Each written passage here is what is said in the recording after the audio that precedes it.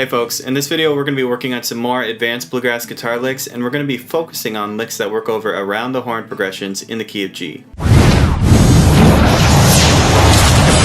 Hey Marcel, what's an around the horn progression? I'm glad you asked. So around the horn is bluegrass slang for circle of fifths chord progressions. Now you've probably heard these called something like maybe 5 of 5 progressions or stacked dominant progressions. Sometimes bluegrass musicians will even say 2-5-1s, but unlike jazz convention, the assumption is that the 2 chord is major. Now the idea is really simple. In the key of D, A wants to go to D. In the key of G, D wants to go to G. So what if we stack those two? A wants to go to D, wants to go to G.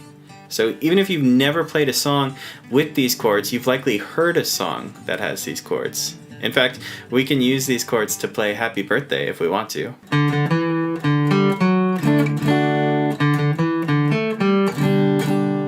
Well, happy birthday, dear something. It's happy birthday to you.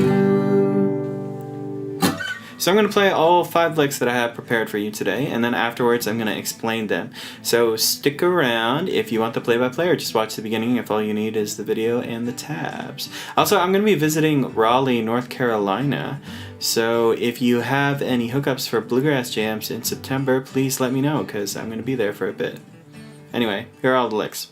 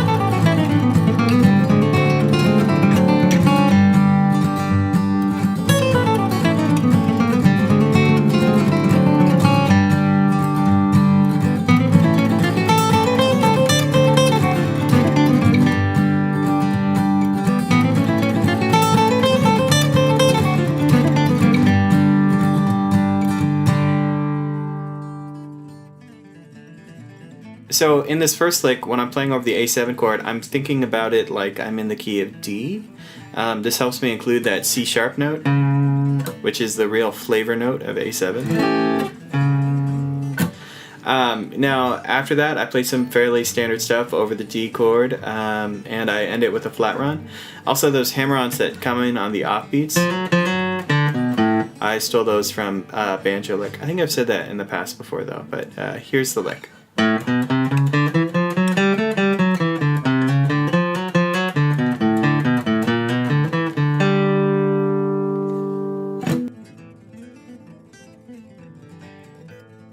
So the name of the game in this second lick is really chromaticism. This is a lick for the bold player. It's got a lot of notes that could sound weird and a little crazy if you don't play them confidently.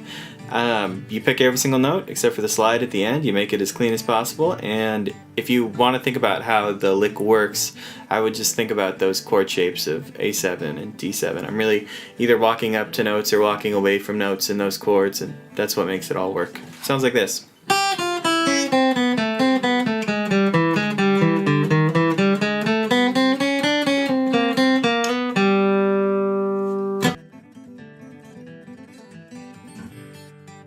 This lick has a closed approach over the A7 chord and an open approach over the D7 chord.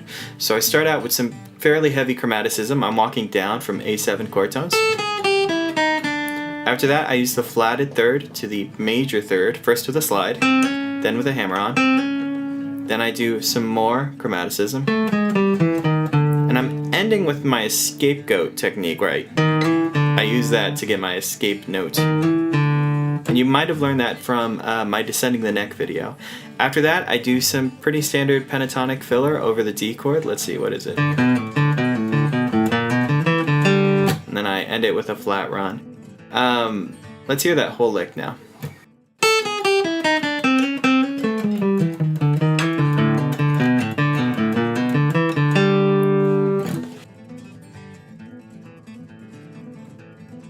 You might recognize the shape of this next lick from my 10 Advanced Bluegrass Guitar Licks video.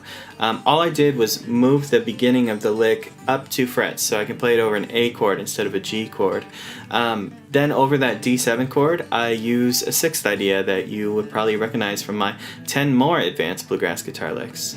Now, I included this Frankenstein lick because it's important to really squeeze every last drop out of an idea or an approach that you might use. Sometimes I get out of a rut by playing, 500 licks in a day, just over and over again, different ideas, different things that I would never play. And every once in a while, when I'm on stage, one of those ideas will come out. And normally what really surprises me is not the magnificent, blinding light, creative force of this new lick I've come up with. Most of the time it's this growth and repackaging of something that I've played before. And this is an example of that. This lick is made out of 2 other licks that you've heard before, and I think it's important for people to realize how that kind of growth happens. So here's the lick.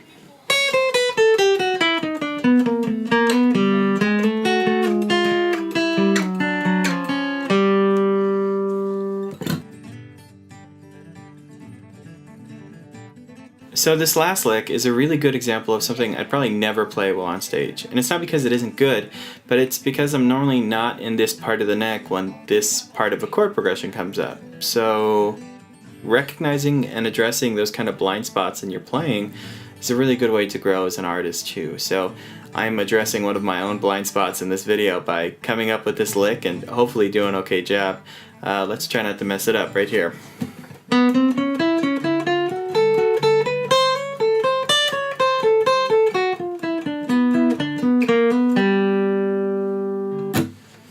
Alright, so if you like this video, please comment, please subscribe, please check me out on Facebook and Instagram at Lessons with Marcel, and yeah, I'll see you in the next video.